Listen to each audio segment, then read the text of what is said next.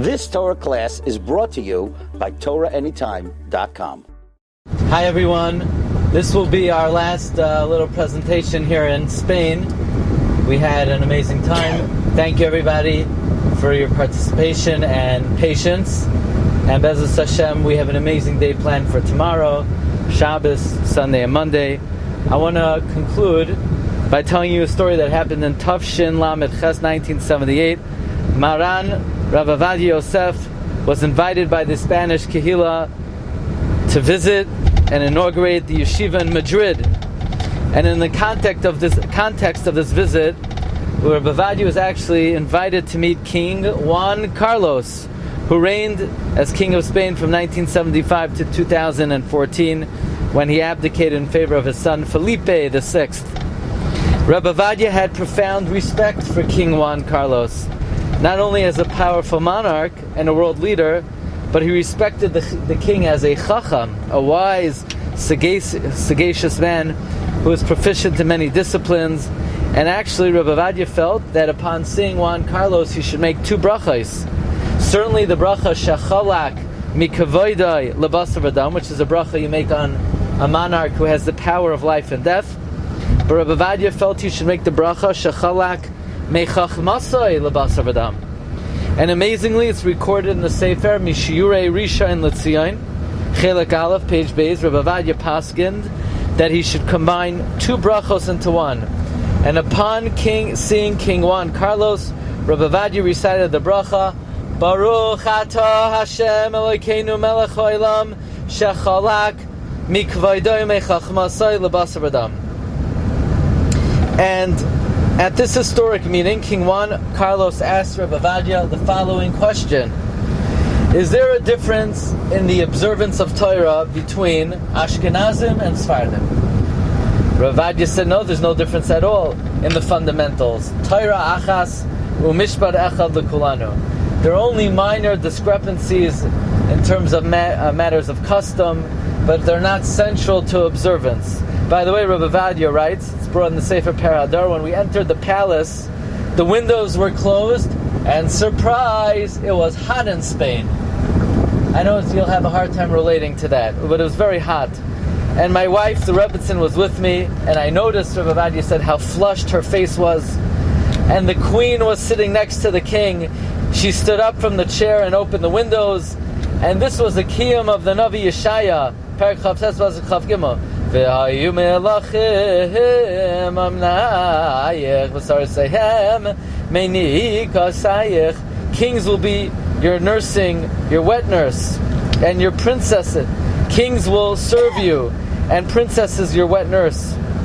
King Juan Carlos then expressed his pain and regret for what the Spanish people perpetrated 500 years ago, during the time of the expulsion. And the king related that many Jews went from Spain to Amsterdam. That's where we're headed. And they were accepted with open arms. And they were able to produce a Bible. And the king said, I was fortunate enough to receive a copy of the very first Bible that was published in Amsterdam, which I read from daily, and I enjoy learning from your Torah and your wisdom, and it is filled with deep knowledge and intelligence. The king then turns to Rabbi Ovadia and he says, Rabbi, how many Sephardim live in Israel today? And Rabbi Ovadia said, Sephardim, that's a very generic term. Sephardim includes Egyptians, Jordanians, Iranians, Moroccans, Iraqis, Indian, Yemen. So Sephardi includes Jews from the Orient. These are all Sephardim.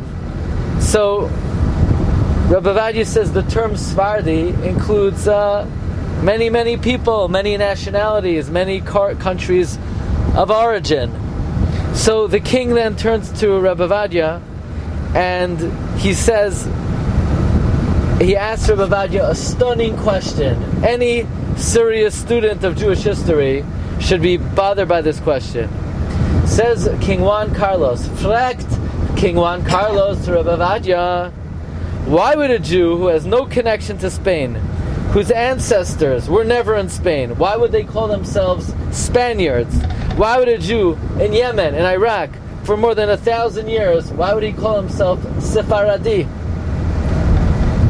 And Rabbi Ovadia gave an answer that I would like to use as the guiding light of this trip. Says Rabbi Ovadia, our nation is not centered around a geographic location. Our country is centered around the Torah. Ein Uma Seinu Uma Ela B'Torah, says Reb Sadia Gaon. And the greatest sage of Spanish history was the Yelid Cordova, the Rambam, Rabbeinu Rav Moshe ben Maimon, born Shabbos, Erev Pesach, 1135, Niftar on Chav Teves, 1204. The Rambam was born in 4895. By the way, it's Hafla V'Fela. There's a tradition from the Vilna Gaon. There are 5,845 or 5,846 psukim in the Torah, corresponding to the years of the world.